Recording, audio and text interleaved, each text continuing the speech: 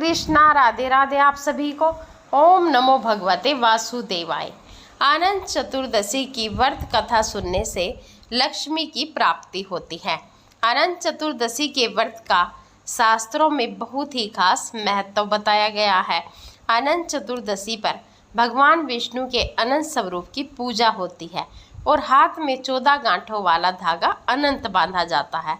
ऐसा करने से माँ लक्ष्मी प्रसन्न होती है।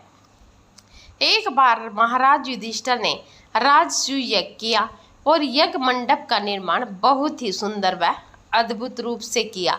उस मंडप में जल की जगह स्थल, स्थल की जगह जल की भ्रांति होती थी। इससे दुर्योधन एक स्थल को देखकर जल कुंड में जा गिरे। द्रौपदी ने यह देखकर उनका उपहास किया और कहा कि अंधे की संतान भी अंधी ही होती है। इस कटु वचन से दुर्योधन बहुत आहत हुए और इस अपमान का बदला लेने के लिए उसने युधिष्ठिर को घूत अर्थात जुआ खेलने के लिए बुलाया और छल से जीतकर पांडवों को 12 वर्ष वनवास दे दिया। वन में रहते उन्हें अनेकों कष्टों को सहना पड़ा। एक दिन वन में भगवान कृष्ण युधिष्ठिर से मिलने आए। युधिष्ठिर ने उन्हें सब हाल बताया और इस विपदा से निकलने का मार्ग भी पूछा।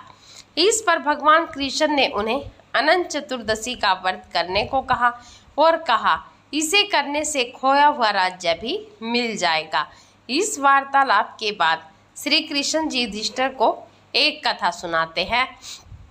प्राचीन काल में एक ब्राह्मण था। उसकी एक कन्या थी जिसका नाम सुशीला था।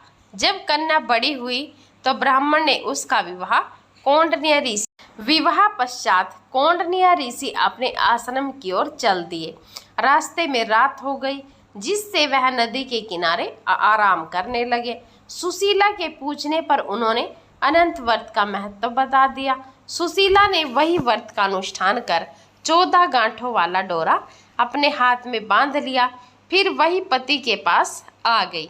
कौंडिन्य ऋषि ने सुशीला के हाथ में बंधे डोरे के बारे में पूछा तो सुशीला ने सारी बात बता दी। कौंडिन्य ऋषि सुशीला की बात से अप्रसन्न हो गए। उसके बाद हाथ में बंधे डोरे को भी उसने हाथ में से जो बंधा हुआ डोरा था खोलकर आग में डाल दिया।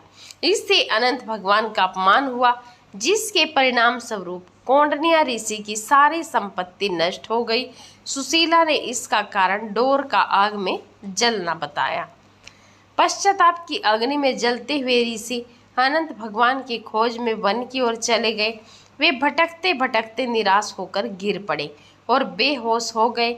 भगवान अनंत ने उन्हें दर्शन देते हुए कहा, मेरे अपमान के कारण ही तुम्हारी यह दशा हुई और विपत्तियां आई, लेकिन तुम्हारे पश्चाताप से मैं तुमसे अब प्रसन्न हूँ।